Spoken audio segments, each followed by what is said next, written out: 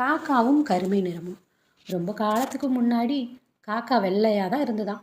அப்போ எல்லா காக்காவும் ரொம்ப தூரமாக இருக்கிற சூரியன் வரைக்கும் பறந்து போகுமா. நாட்டோட ராஜாவுக்கு ரொம்ப வருஷம் கழித்து அழகான இளவரசி பிறந்தாங்களாம். குழந்தையிலேருந்தே வீட்டை விட்டு வெளியே வராமல் பெரியவங்களாகி வெளியே விளையாட வந்தாங்களாம் அந்த இளவரசி. அவங்க விளையாடுறத பார்த்த சூரியனுக்கு அவங்கள ரொம்ப பிடிச்சி போச்சான். இளவரசிக்கும் சூரியனை பிடிச்சி போச்சு. 2 பேரும் எப்போவும் பேசிக்கிட்டே இருந்தாங்களாம். ரொம்ப நல்ல நண்பர்களாக மாறிட்டாங்க. ஒரு நாள் சூரியன் இந்த இளவரசிக்கு பரிசு கொடுக்க நினச்சாங்களாம். சூரியன் கிட்ட வரைக்கும் பறக்கிற காக்காவை கூப்பிட்டு கையில் சந்தனம், முத்து மாலை எல்லாம் கொடுத்து இளவரசி கிட்ட கொடுக்க சொல்லிச்சான் சூரியன்.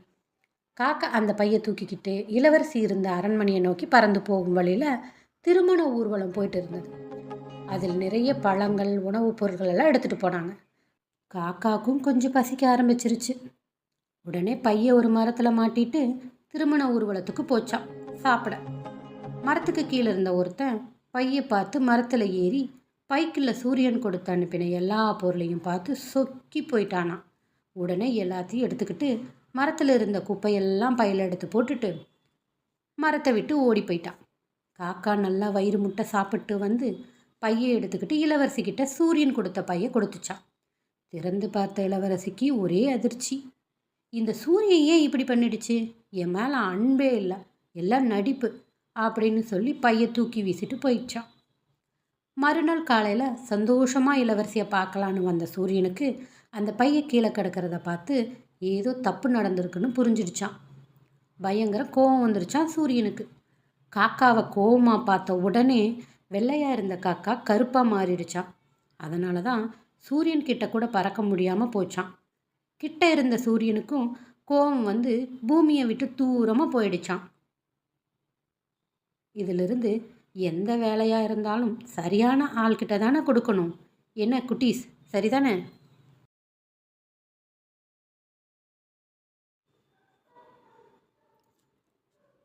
அன்பால் எதையும் சாதிக்கலாம்.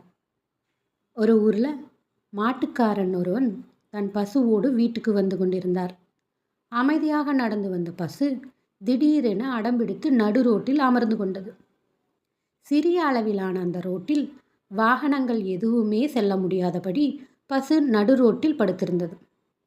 மாட்டுக்காரன் எவ்வளவு முயற்சி செய்தும் அந்த பசுவை எழுப்பவே முடியவில்லை. அந்த வழியாக ஒரு போலீஸ்காரர் தன்னுடைய முரட்டு மீசையும் கையில் இருந்த லத்தியும் வைத்து மிரட்டி பார்த்தார். மாட்டுக்காரனுடன் சேர்ந்து பசுவை இழுத்து பார்த்தார். பசு அசையவே இல்லை. அப்போது ஐஸ்கிரீம் விற்கும் நபர் ஒருவர் அந்த வழியாக வந்தார். குளிர்ச்சியாக பேசி பார்த்தார். நகராமல் இருந்த பசுவை மூவரும் சேர்ந்து இழுத்தனர்.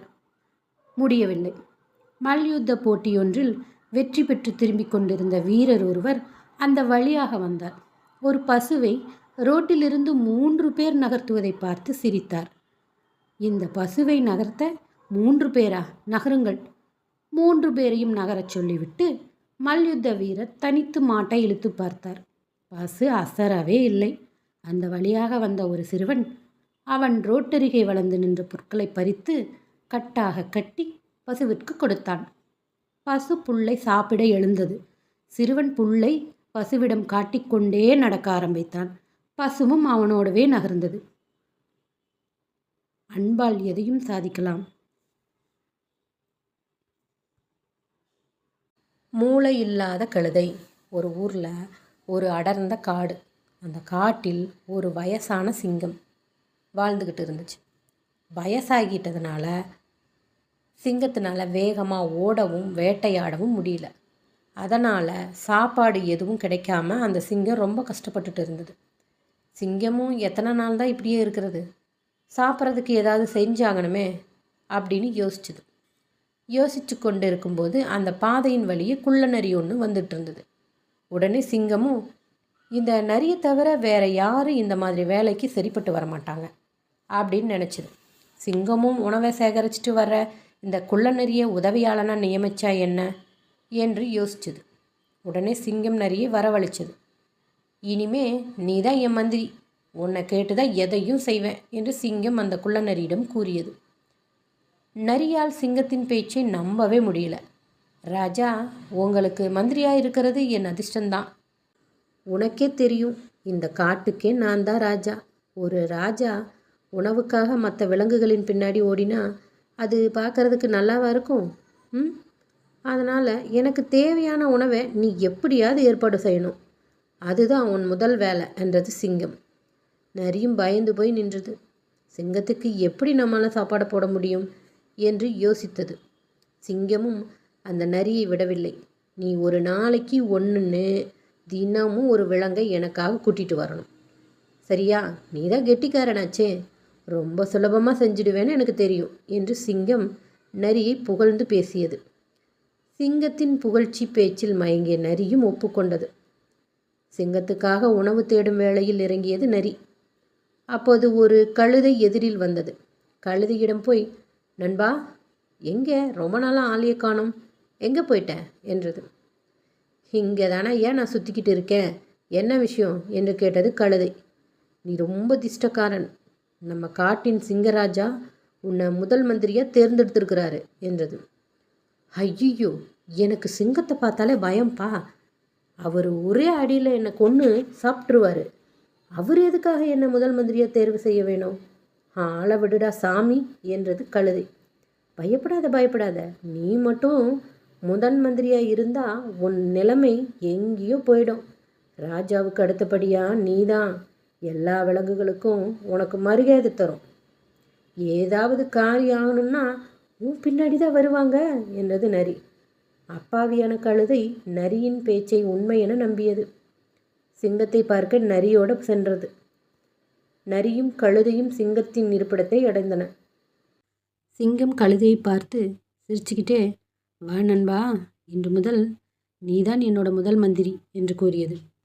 கழுதையும் மகிழ்ச்சியில் துள்ளி குதித்தது. வெட்கத்துடன் தலை குனிந்தபடி சிங்கத்துக்கு அருகில் வந்து நின்றது.